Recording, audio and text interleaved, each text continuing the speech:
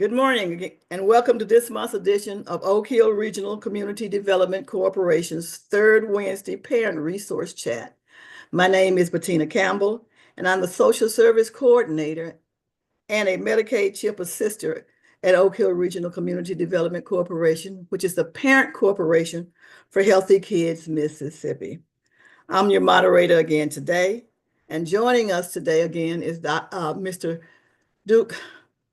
Thomas Duke Robinson, our Metrics and Technology Director. We want to take the time to recognize our Program Director, Lottie Miner. Also to remind you that in addition to this Zoomcast, we are restreaming today's webinar on Oak Hill Regional CDC and Healthy Kids Mississippi Facebook pages. We want you to feel free to share on your social media pages because this is very important information that we will be giving you today. So, I usually tell you what health observances are this month. So we'll start by saying that May includes the American Stroke Association Stroke Month, the NBC USA Hope Bells for Mother's Day, for a remembrance of breast cancer awareness, which was Sunday, May the 11th. The National Women's Health Week was May 11th through the 17th. And the Power to End Stroke Sunday was this past Sunday, May 18th. And of course, National Mental Health Month, which is what we will be talking about. But all of the other awareness days are important. And we want you to take the time to go out and look at some of them so that you can learn more about your health and be a better health advocate for you and your family. So when we talk about mental health, we want you to know that it's more than just the absence of mental disorders. It exists on a complex continuum, which is experienced differently from person to person and in varying degrees of difficulty and also the distress, and it has potential for social and clinical outcomes. It is an integral component of health and well-being that underpins our individual and collective abilities to make and build relationships, and it shapes the world we live in. Mental health is a basic human right and is critical to personal, community, and social economic development.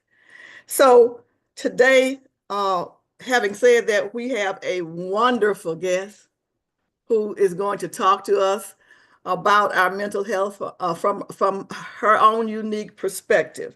And that our guest today is Dr. Samika Agubum Smith. And I know I murdered her last name, and she told me I didn't have to say that part, but that's her whole name, y'all. And so from now on, I will be referring to her as Dr. Smith. Welcome, Dr. Smith. Before we get started with her presentation, let me tell you just a little bit about this awesome, strong Black woman. She's known as the Becoming Coach, and she helps individuals boldly step into their divine purpose through a unique approach that addresses the whole person, mind, body, and spirit. She has a PhD in interdisciplinary biomedical science and certifications as a transformational Christian life coach, an emotional health leader, and a sexual risk avoidance specialist. She brings an analytical rigor and evidence-based thinking to her deeply spiritual work. As the co-owner at I know I mispronounced that too, Getamai LLC, alongside her husband, Frederick, who Dr. Smith leads a spiritual formation and personal development firm dedicated to revealing untapped potential in the home, in the ministry, in the marketplace, and in the community. So she covers a wide spectrum, everything, which is wonderful. All of this unified by her commitment to transformation and flourishing. Whether speaking at a church congregation or training community leaders or coaching individuals, Dr. Smith creates an environment where profound growth happens naturally. Her work with various nonprofit organizations has sharpened her ability to translate complex concepts into practical strategies that diverse audiences can immediately apply. As a pastor's wife and a mother of 3 sons whom she homeschooled, Dr. Smith embodies the integration of professional excellence and personal authenticity. Let me say that again. As a pastor's wife, and the mother of 3 sons whom she homeschools, Dr. Smith embodies the integration of professional excellence and personal authenticity. This experience enriches her speaking on holistic well-being, resilient families, and community transformation through the integration of faith, purpose, and personal growth.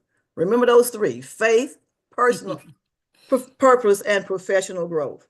Audience valued Dr. Smith's ability to bridge scientific understanding with spiritual wisdom, offering actionable pathways that honor each person's unique potential. Her approach, refined through academic research, ministry leadership, and everyday family life, equips people to recognize and actualize the fullness of who God designed them to be. Again, welcome, Dr. Smith. Thank you so much, Ms. Bettina, for that wonderful introduction. And I was going to say morning, but yeah, good morning, good afternoon to all of you. I'm going to take a few moments and share my screen. Ms. Bettina, can you give me a thumbs up if you can see it? Will do. All right. All right, perfect. So again, thank you so much, Ms. Bettina, for that introduction, and to Healthy Kids Mississippi for this opportunity to share with you all on today. I'm extremely excited about this. As she has said, my name is Dr. Samika Agubwam-Smith, and today I want to talk to you all about nurturing mental wellness across generations. I want to slowly say that again: nurturing mental health wellness across generations, about parent and child mental health advocacy. Often when we talk about mental health, it is either polarized or it is a divided conversation. But I feel like sometimes we take the humanness out of the conversation. And I want to bring a little bit of that back into our discussion today, right? And I want to talk about how mental wellness is really something that has to be nurtured. And as Ms. Bettina said in the introduction, it has lasting impacts, not just in one individual's life, but when it's done right or when it's done wrong, it can have impacts on generations. And for that reason, I am a very, very strong advocate for the wellness of both the parent and the child. Okay. And so my objective today is to create a safe space. And I truly believe that people could care less about what you say until they know why you say it, right? Until they know why you care. And so I want to authentically and vulnerably share my own personal story and weave that into my advocacy for mental wellness to challenge the stigmas that we still deal with so often today, while sharing some information, but then also bridging that to practical guidance and encouragement for parents and children that are navigating their own mental health journey. But I do want to be clear, I am not a licensed mental health therapist, right? I'm providing information to some resources to support, right? And to encourage you in your own process of self-improvement for those purposes only, but I am not a substitute for a professional mental health treatment, right? And that means I don't diagnose or provide therapy or treatments. But if at any point in time, as I'm sharing my own story or some information, you notice that, hey, maybe I am dealing with some thoughts about harming myself or harming others, or maybe I do need to look into taking my mental health and my mental wellness more seriously, I highly, highly, highly encourage you to contact a licensed therapist, counselor, psychiatrist, therapist that has specialized training. And I'd also want to encourage you to know that it is not a sign of weakness, but actually it's a sign of strength, right? That you're saying that I am willing to be bold and courageous and go after what I need so that I can be my best, so that I can flourish in every area of my life, right? And so, as I said, I want to start with the why. Why am I such a bold advocate, right? Why is nurturing our mental wellness, why does it matter? And so I thought there's no better story to share, nor that I'm privileged to share, than my own story, right? And so my first introduction or experience with mental health began at a very early age. I was 4.5 years old. And of course, this was over 35 plus years ago. But that was at a time when the words mental health and mental wellness and those things were very much of a stigma, especially in the Black community and in the Black church. And so I experienced it not knowing what it was, but this is me speaking on looking back on that experience. But I was 4.5 years old, and unfortunately, I had a brother that was murdered during the Rodney King riots. And consequently, my mother, being a grieving mother, struggled with dealing with and navigating that grief of her only son. And it's eventually led to her struggling with alcohol abuse. And so as a child, I began to witness extreme sadness. I began to experience the ebbs and flows of my mother coming home and drinking and sleeping and spending most of her days in the dark and behind closed doors, but then getting up and going to work the next morning because she still had to care for me and my sister.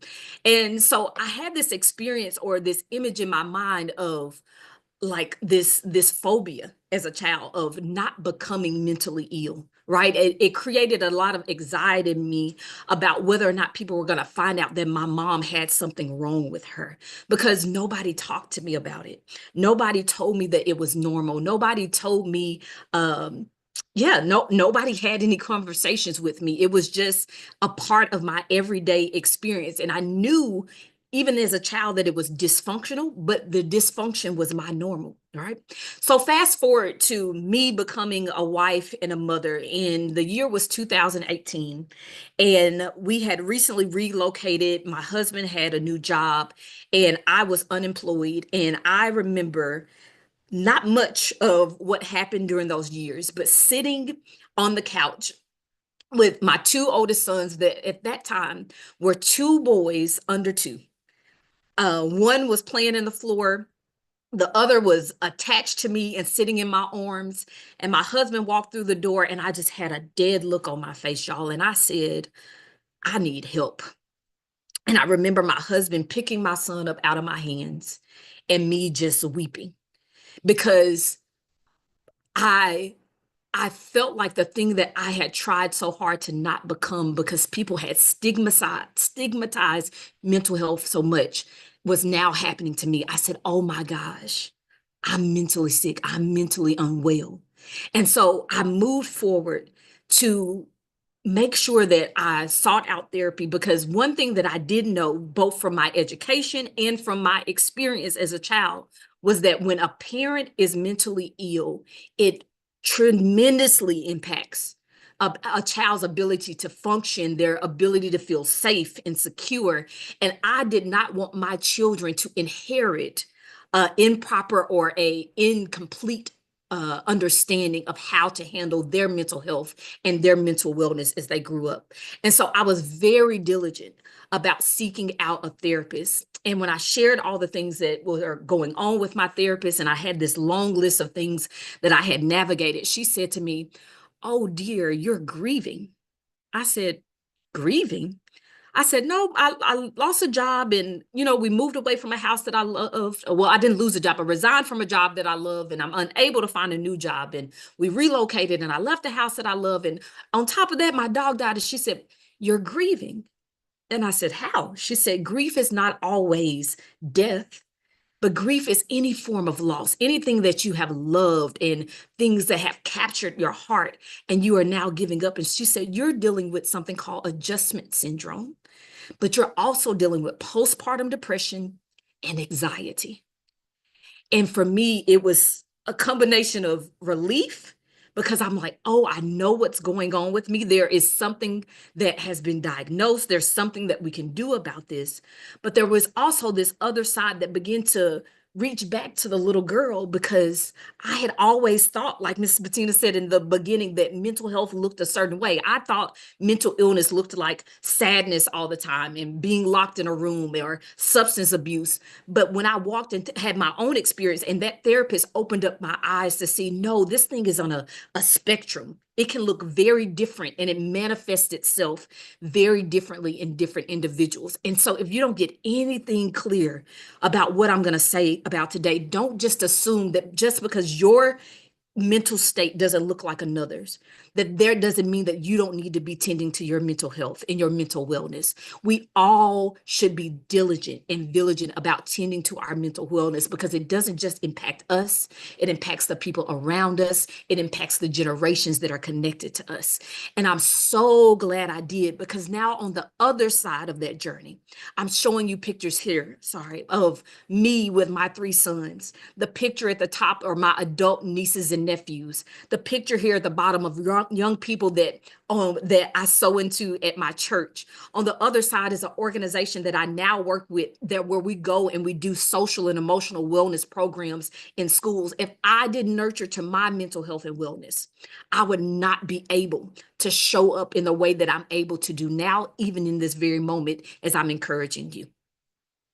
And so I think it's also very important for us to be clear on what is mental health, what is mental wellness, what is mental illness, because these words often get used interchangeably. And although they are related, they are in fact different, right? So what is mental health? Mental health is just in general your emotional, psychological, and social well-being. Or in simple words, it's how you're thinking, it's your emotions and how you're feeling, and it's your everyday interactions of how you're relating to yourself and how you're relating to other people. That's just your overall mental health.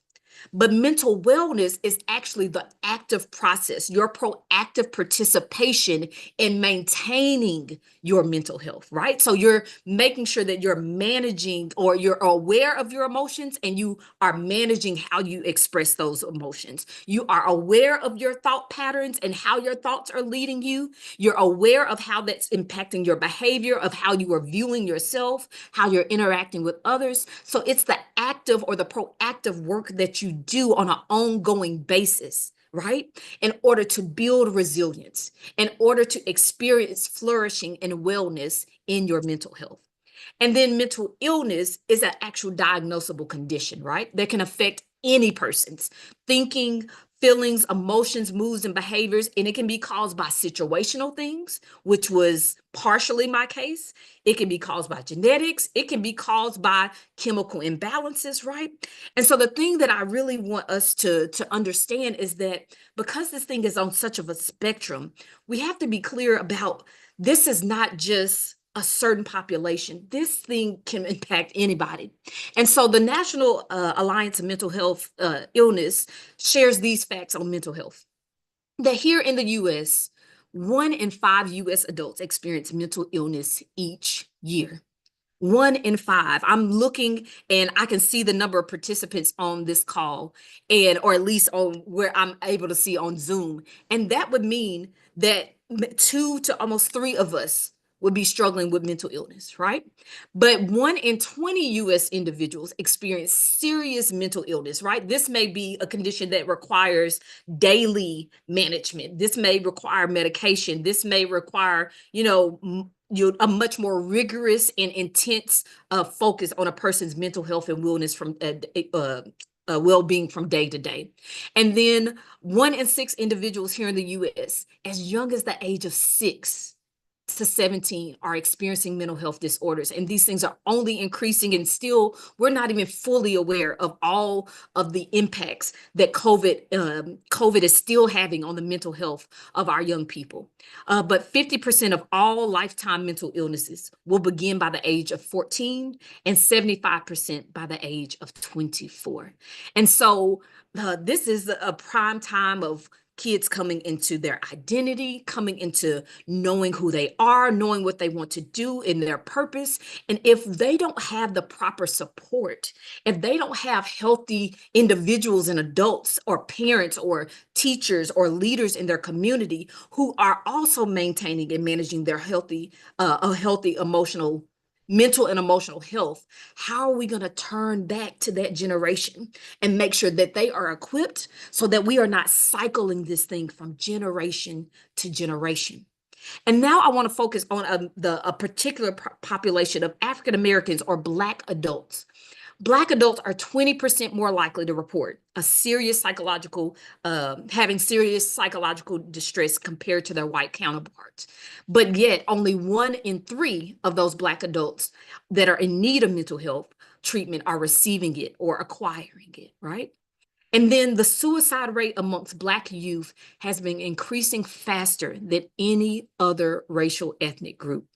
And so if between my story and these facts are not grasping your attention about how much we need to be diligent, not just in the month of May, but on a continual and daily basis, not just on a corporate level, but on an individual level in our families, in our churches, in our communities, in our workplaces, whatever spaces we are in, we need to be taking care of ourselves, and we need to be supporting and helping others around us to be connected to the things to help them as well, because it impacts, like we have already mentioned, our everyday life, our everyday life. Because mental health is nuanced, right? As I said and shared with you, in my story, it can be impacted by biology, right? There can be a genetic predisposition, like things passed from your parents or your or chemistry that may cause you to navigate mental illness or mental distress. It could be social. It could be the community that you're involved in. It could be being isolated, right? A child being bullied. It could be you moving to a new town and not being able to connect with people where you feel belonged. It could be discrimination on a job. It could be environmental. It could be trauma. It could be the community that you live in. It could be ongoing stress from a job and you have no relief. It could be some form of abuse, whether it's physical abuse, emotional abuse, financial abuse. There's all types of abuse. But it also could be from lifestyle, right? Not taking care of yourself, your poor diet, a lack of exercise, not getting up and just taking care of yourself in general. But all of these things are interconnected and they impact our mental health. But I really want to also think about on a corporate or a larger view of social determinants of health, right? There are things about our access to healthcare, our education and the quality of their education in our community, whether or not a person has economic stability or there are opportunities for an individual to have economic stability. Social and community context, whether or not a parent has other healthy parents or a parent has support if it's a single mother or a single father or a widowed mother or a widowed father, or if there are grandparents or aunts and uncles that come in and can support that parent, or if if that parent is like my mom was, where she had the period of time of struggling with abuse. Are there other people that parent can, healthy adults that parent can put in that person's life? My grandmother was that person. My dad was that person. My teachers were those people that became the community when my mother couldn't, right? And then as well as the neighborhoods and our built environments that we create, right? All of these things are factors that we have to consider that are impacting our health. We need to be looking at these things and impacting them and changing them where we are based on what we have the capacity to do, right? No one person can do it all, but I guarantee you when every person does their part, it makes a world of a difference, right? But we also have to talk about the impact of ACEs and PCE. This stands for adverse childhood experiences and positive childhood experiences. You probably may or may not have heard of these things before, but adverse childhood experiences could be anything that's happening in the household. Maybe parents are divorced, a parent dealing with substance abuse, a parent may be present, but maybe they're emotionally absent. A child is experiencing bullying, or they have a parent or a loved one or even a sibling that does not respect them or treat them kindly. Our community, right? Whether or not you're living in an area that is plagued by poverty, whether you have debilitated housing or food insecurity, how far do you have to go to a grocery store to get quality fruits and vegetables? And then when you do get the quality fruits and vegetables, do you have the income to be able to support you, to be able to purchase those things that are good for your body, right? There's so many factors there, but then also things that are out of control, like in our environment. Maybe a person has a house fire. Maybe there's a storm. We had a whole pandemic just 5 years ago.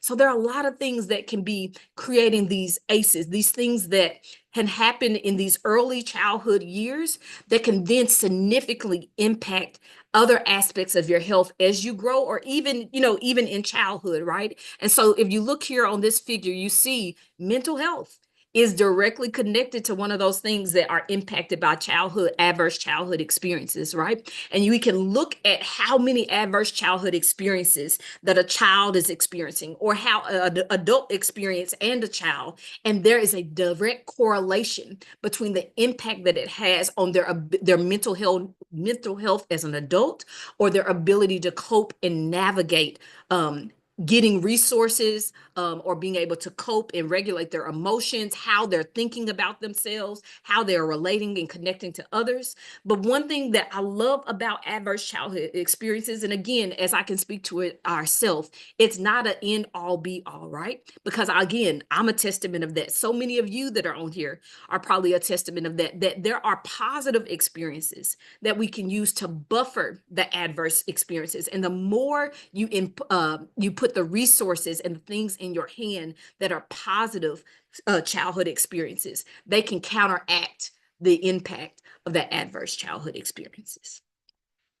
And so again, I'm just trying to communicate that mental health and mental well-being is on a spectrum, right? It doesn't look the same for everybody because everybody's experience is not the same thing.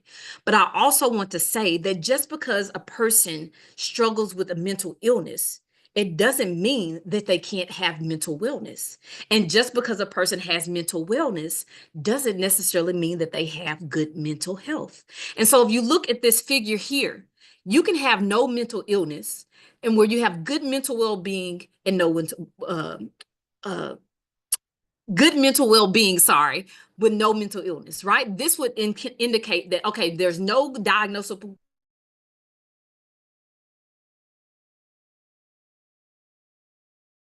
condition, but you're also making sure that you spend enough time with healthy friends and community. You know how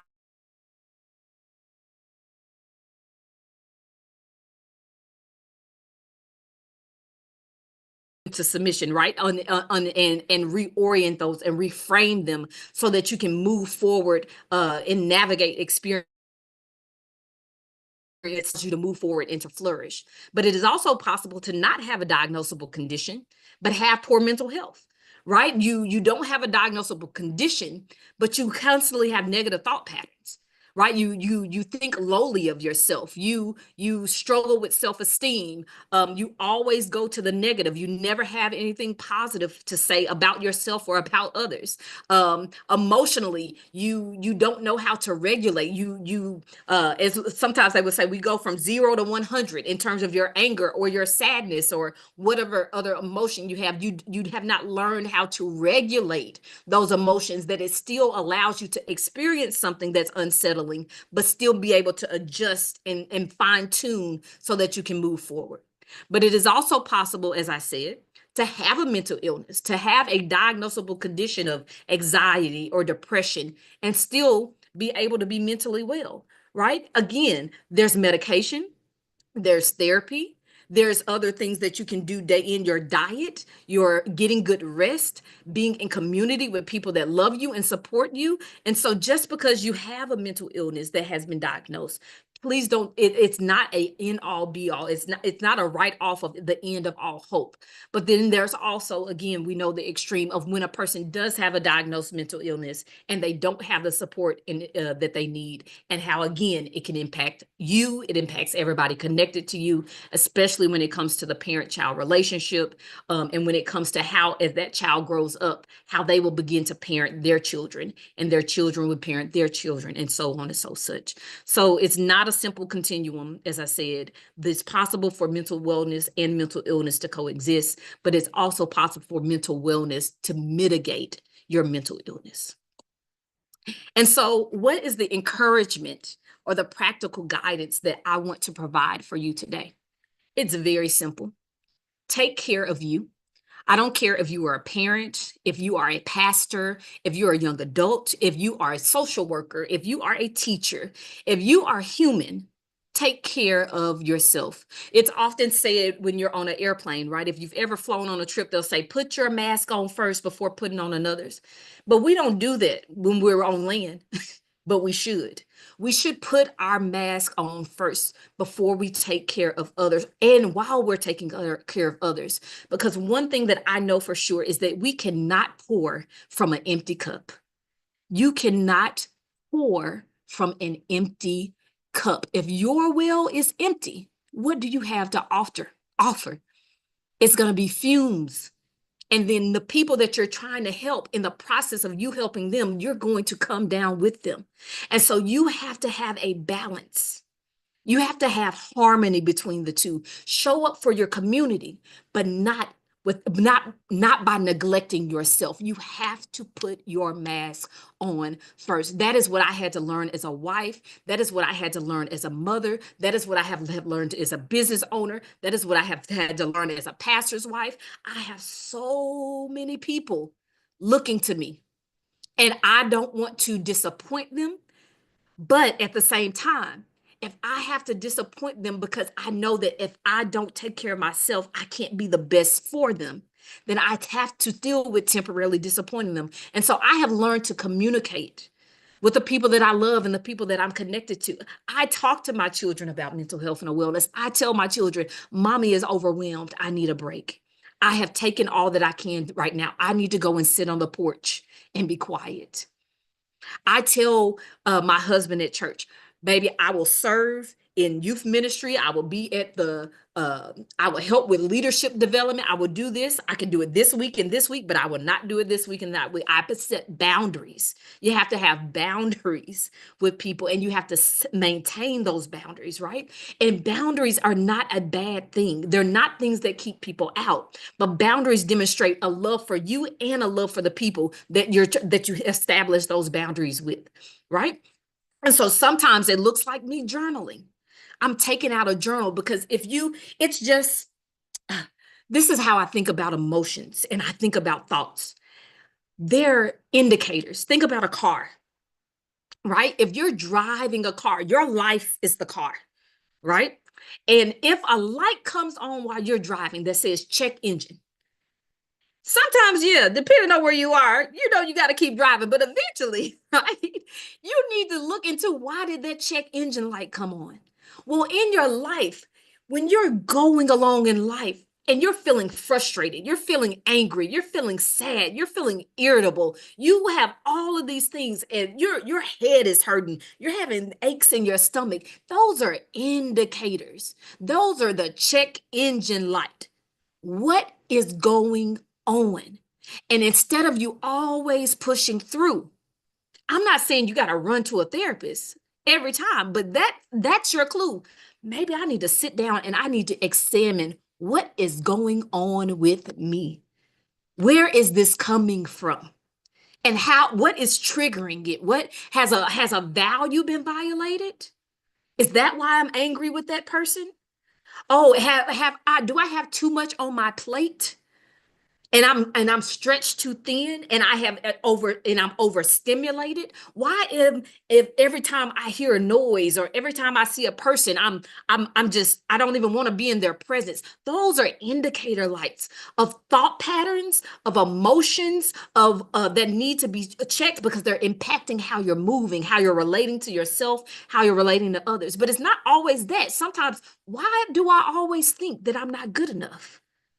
Why do I struggle with confidence? Why is it that I keep sabotaging the opportunities that God is putting in my path? Why do I keep finding excuses? That's connected to your mental health and your emotional well-being as well. And so I'm just trying to just get you to just open your eyes to see that it's not just, again, always as it has painted in media and not always the way that you may have saw it as a child or how it's always talked about in your church.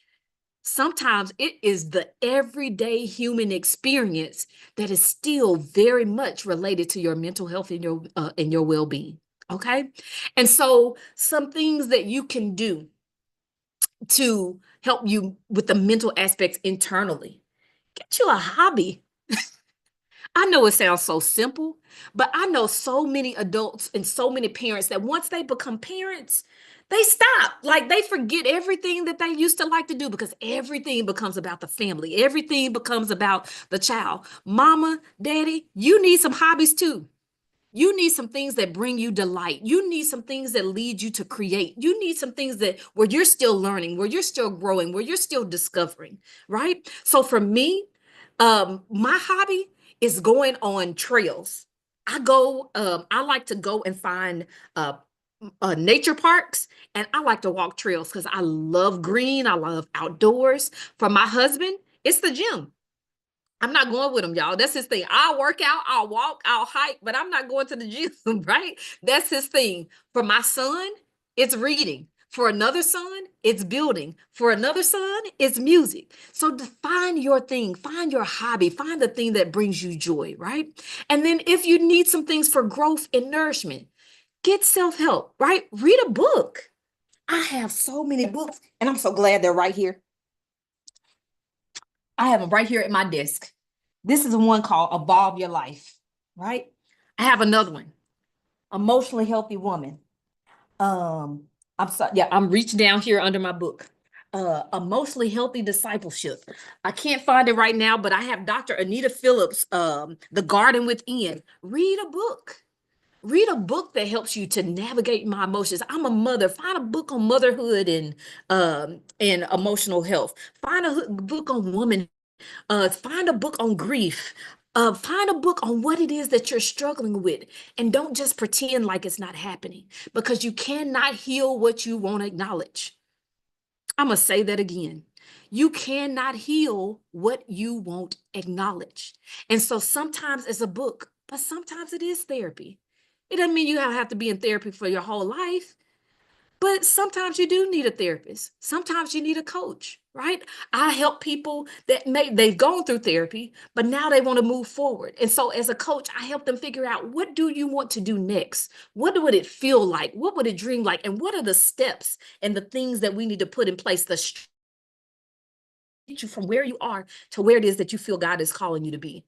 Maybe you need a mentor, a person that's going where where you want to go, and you need wisdom, you need advice. Get you a mentor. I don't care if you're 50 years old. You're never too young to, never too seasoned. You're never too seasoned to learn. Mindful, get you some rest. Sit down somewhere. Turn your phone off sometimes. Go away on a trip, a day trip. Go sit at a lake and take in the beauty of creation. And remember that when you stopped, the world didn't. That's one of my favorite things to do in the morning. Walk outdoors and look at the sun. And I said, I slept and the world still turned. It reminds me that I'm human, that I'm limited. And that if I stop, things won't fall apart. And if they do, that means they weren't put together that well anyway, right? And then connection and meaning. For me, I'm a faith girl. I'm gonna take it to prayer, but I'm not just gonna pray about it. I'm gonna put the work behind it, because faith without works is dead, right? And so I'm paying attention to how I'm nourishing my soul, how I'm spending time in the presence of my Father. But whatever it is that you do, right? It could also be altruism, right? Where you give and you go out and you volunteer and you give back to others. You find something you care about, and you go and you pour into others, right? Sometimes that feeds you as well. Maybe sometimes it's because you need to pour out the goodness and the gifts that are in you, with balance, with harmony, not all pouring and no pouring back in. But sometimes it takes a good pouring in and sowing into others to remind you of how much you have to offer, and to show you what it is that you need to be grateful for. Right? I love this. Some people say mine is singing, prayer works, mine is reading and coloring. I love it. I love it. But we also got to do the physical work, right? Get up and move. As I said, gym might not be your favorite thing, but get you a dance workout video. Just walk around the neighborhood. Do a dance in the house. Do some stretching. Pay attention to your diet and nutrition. You will not realize how much the food we eat impacts our mental health. That's a whole nother presentation. That's a whole nother presentation. But you eat good, you feel good. You know that saying, you are what you eat? Okay, I like my sweets too, but I can't eat them every day. I like my fried chicken too, but not every day. You are what you eat. When you eat good, you feel good, right? Drugs and supplements. So maybe you need some vitamins. Maybe you need some vitamin D. Maybe you need some B12. Maybe you need to go and find you a multivitamin because you're not getting enough nutrients and you feel drained and you're like, what's going on? Have you drunk water today? Have you ate today? Have you been going so much that you didn't even nourish yourself? And then getting some good sleep, not just, some restful sleep, some mindful sleep, right? Putting some candles on so you can relax, playing some music before you go to sleep, some things, turning that phone off, not looking at your screen and scrolling on your phone until you fall asleep, but actually putting your phone down and letting your mind settle so you can get some good rest. And again, going out and connecting with family, friends, natures, volunteering, doing whatever it is that your heart kind of leads you to do. Okay. Uh-oh, my screen is froze on me. Okay. So just lastly, I just want to encourage you guys with this. Know that mental health is a journey. It's not a destination. This is something that you will have to work at ongoing. And I want to particularly say to parents and grandparents, when you do this, kids are not going to do what you say. They're going to do what you do.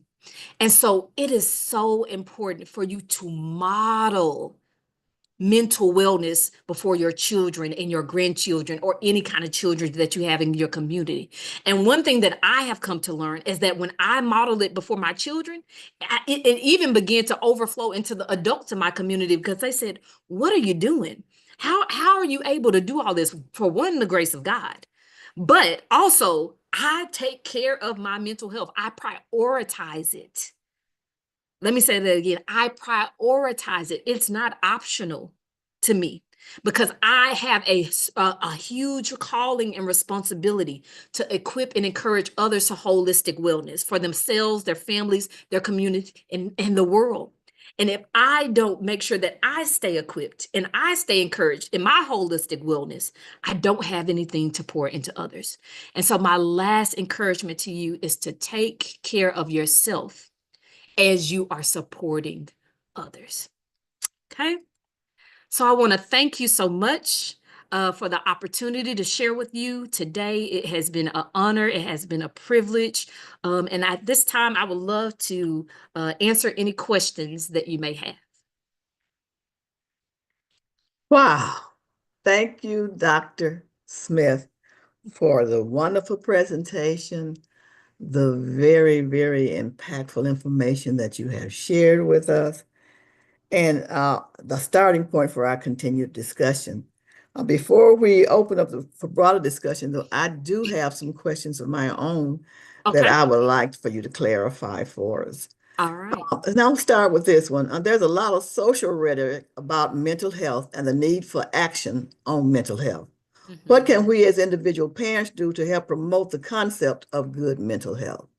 Absolutely. That's a amazing question. I will go back to the statement that I said before. It starts with you, right? It starts with you as a parent, first prioritizing it for yourself, modeling it in your home and in front of your children, so that when you and your children go back and out in the community, it's a ripple effect. Right? They're taking that mental wellness to school. You're taking that mental wellness to your job. You're getting an opportunity to interact with others and you're sharing, this is what I tried. These are the resources that I connected to, and being willing to share those resources and share those connections with others.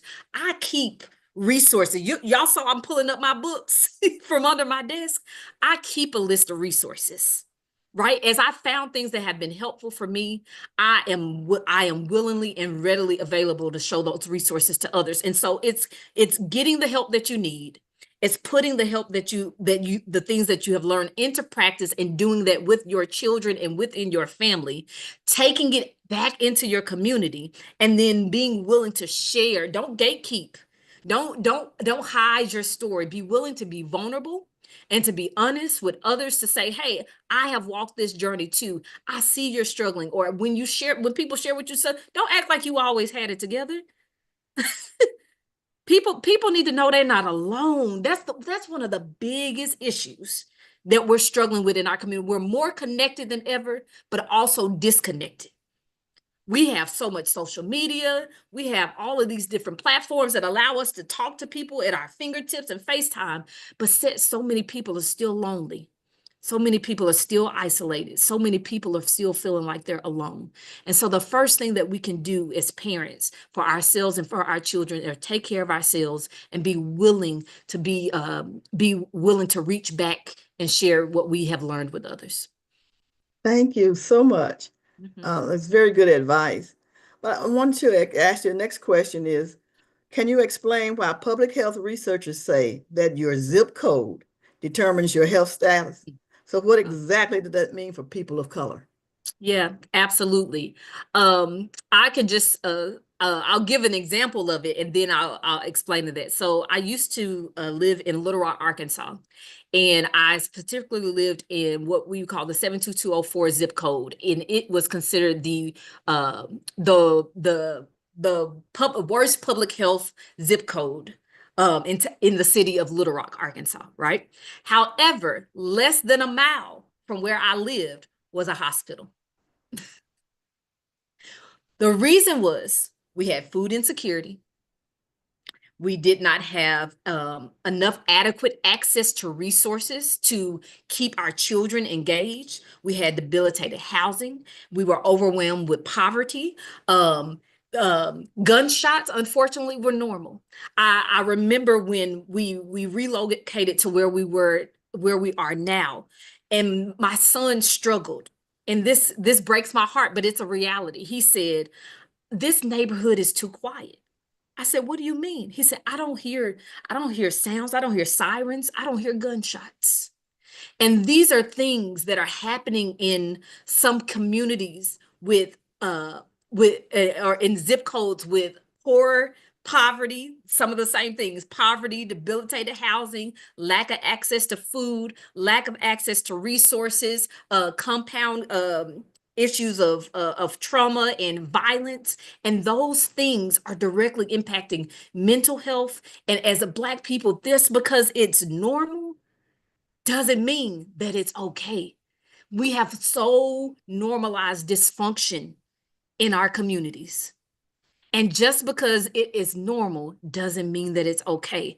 And so the connection between your zip code and your well-being and your health, especially as a Black person, is that when you live in a zip code that is plagued by a lot of these social determinants of health that we are talking about, it directly has an impact on whether or not you're going to have access to proper health care, whether or not you're going to have access to healthy food, whether or not you're going to have access to therapy if you do need it, right? Whether or not it takes you, how much it's going to cost you to have access to these things that are basic human rights. And it's very unfortunate. But if you live in a zip code like that, if you can do research, ask your politicians, look and do your own research in your city and see, okay, where are the dollars going? Why don't I have a park in my neighborhood? I remember we had to come together because they tore down a park, and we said, why didn't y'all put a new one? That creates health in our community. And as neighbors, we had to come together and we had to go to our city officials and say, we need a park because our kids need healthy outlets. So you have to pay attention to how money is moving, how your politicians are operating. Are they only showing up when it's time for you to vote? Or are you holding them accountable to make sure that the resources and the advocacy that your community needs is happening not just during election period, but throughout their entire term? Wow. Thank you so very much for that answer. I hope that it helps some people to better understand. Mm. So, we've had a lot since what, 2019, 2020, we've had a lot of talk about mental health and how it's a crisis in this country. So most of us acknowledge that is, to an extent, that is true. But what I'm wondering, if by so broadly defining every misbehavior or every bad conduct or evil conduct, whatever you want to call it, as mental health issues, are we not just whitewashing the criminal behavior in doing so? That is a very tricky question, but it is something that we do need to be paying attention to because, as I said, it's very nuanced. And I think a big part of that is understanding what is mental illness and what is not. That's the thing we have to be clear on. Is this something that's diagnosable, or is this a child acting out because they're not getting love? Is this child acting out because something is going on at home? Now, if those things are happening at home and that child is acting out and it doesn't get addressed, that can progress into mental illness as they age. But that doesn't automatically mean that that child needs to be medicated. That child might just need a hug. That child might just need a place to, a person to talk to. That child just may need some healthy adults to come around them and surround them. That child may need someone to just find out, help their parent. Get a job and create some stability in their home. And so we do have to be very careful of just saying that because there's quote unquote bad behavior or behavior that we cannot control, that, oh, that child is ADHD or that child needs medication or that child is written off. No, not always. We need to know. We know that's the best way I can say, when something is criminal, when something is a cry for help. And we need to just be honest. That's a cry for help. But if we would address the cry of help early enough, it doesn't have to turn into criminal behavior. It doesn't necessarily have to lead to a state of poor mental health and mental illness as that child grows and develops, for sure. And you so very good. You talked about the children. Let me broaden that and say that goes for adults too, y'all. Yeah, that too, for sure. Every bad behavior we see adults commit is not a mental illness. And we have to start being discerning enough so that we are not weakening the strength of mentally of someone when they truly have a mentally diagnosable illness. Yes. And go ahead. I was just going to say, that's why I mentioned earlier, sometimes when we hear adverse childhood experiences, we're only thinking about children. But even as adults, you need to go back and you need to say, wait a minute, how did the way that my mama and my daddy dealt with their emotional illness, how is that showing up in me today? Right? Well, how am I dealing with my woundedness? Some people just hurt. That's true. Some people are just and in their hurting, they act out and not always in appropriate ways. Exactly. Or safe ways. Exactly. And which kind of leads me to a discrepancy in diagnosing in mental health in individuals of color. How can we as parents or individuals who are responsible for children push back and what we feel our efforts just to label our students, Black males, they're quick to label them as ADHD or having some kind of conduct disorder. And truth and transparency, when my son was in the 3rd grade, excuse me, he was in the 2nd grade. And I got a note home from the school psychologist saying how this child was behaving. And I'm like, and then one of the labeled him ADHD and put him on a pill. And I'm like, I don't see that child at home that you're talking about. So, so how can we come together and talk about this? And when I did meet with he told me that he thoroughly disagreed with what I had to say, and that he would, if I didn't put my child on medication, my child would never amount to anything. And fortunately, I'm a social worker. And my husband had a wonderful job. So we had the resources and access to get our child evaluated and to know that, and have document paper to take back to the school to say, no. And no, you cannot label my child, and no, you cannot put my child in this. But how can we, as parents, advocate for our children or our grandchildren or whoever child that we are responsible for or taking concern for? Yeah, absolutely. I am definitely as I started out, I am an advocate, right? I am a person that is willing to step in the gap for those that are voiceless. And at this age, especially when your children are young, they have a voice, but everybody doesn't value the voice of children. And so mom, dad, grandparent, aunt, uncle, you have to be willing to be a voice for them, even when you have somebody that's pushing back. And so you have to, when you are encountering things like that, is what you said is important. That's not what I'm seeing. Take some time to assess. Wait a minute, is there some validity to what they're saying?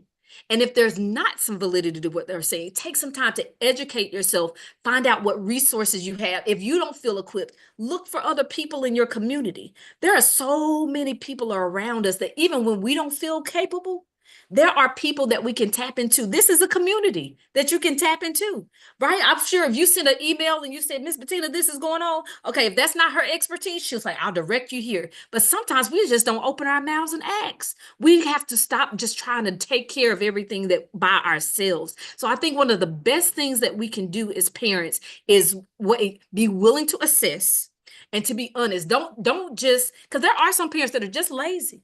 I'm gonna just be honest. You can't be lazy about raising your children and their well-being. But if you are genuinely trying to do your best, you equip yourself, you assess what's going on, you educate yourself, you reach out and you get the resources that you have. And I say be diligent. Don't give up. And if you have that inkling within yourself that I need a second opinion, get a second opinion. Get a second opinion. Absolutely. And if you have to do, and it's not the only reason why, but if you have to go to the point where making the sacrifices for your children, then you make the sacrifices. And that was something that I had to do. They kept labeling my child saying that he couldn't talk, he couldn't do this. I took him to speech therapy. They said, nope, he's fine. I took him back. They said it again. And the teacher kept saying something is going on. And I realized my child just didn't like them. And so he wouldn't do what they wanted because he didn't like the environment that he was in. As a mother, as much as it was convenient for me, I had to say, this is not a good place for him. And so I had to be willing to listen to my child and to make those adjustments necessary and begin to include him to a reasonable extent into what is it that you need.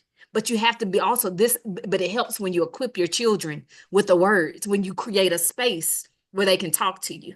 And so don't leave them out the conversation, but be willing to stay open and to grow and to learn always, both as a parent, but also for your children.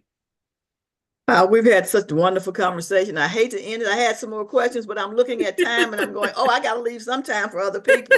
So I do want to thank you so very much.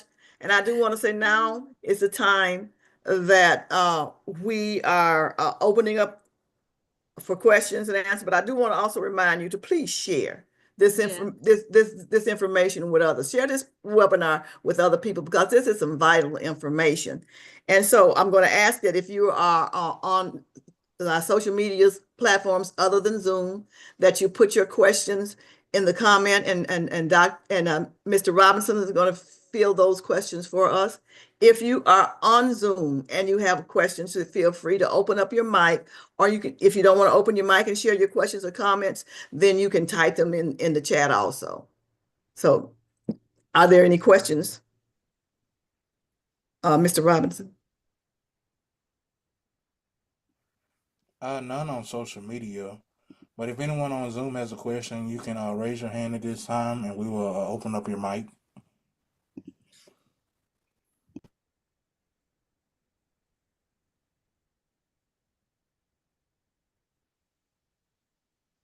Okay. Well, I'm not surprised that there are no questions because you have done an awesome job in explaining. And that's just one more thing, since we don't have any questions, that I want to put out there. And we talked about how parents can advocate. I think one of the big reasons that we overlook why parents are not in the schools and why they are not advocating is that many of them were traumatized themselves. And they don't want to put themselves back into that space where they feel that they'll be continually traumatized. And so if that is your challenge, again, good mental health, get you the help that you need, talk it out, work it out, so that you can be the resource and the advocate for your child that your child needs. And again, we want to say thank you for joining us today. For those of you who are on social media, we're going to say goodbye for today, and we're going to push it that you will have a continuous blessed day. And for those of you who are on Zoom, if you want to stay on for a few minutes after we sign off, Dr. Smith has agreed to continue to be with us. And if you were too shy to ask your question while we're live streaming, she will be able to answer your questions for you during that time. Again, thank you, everyone. And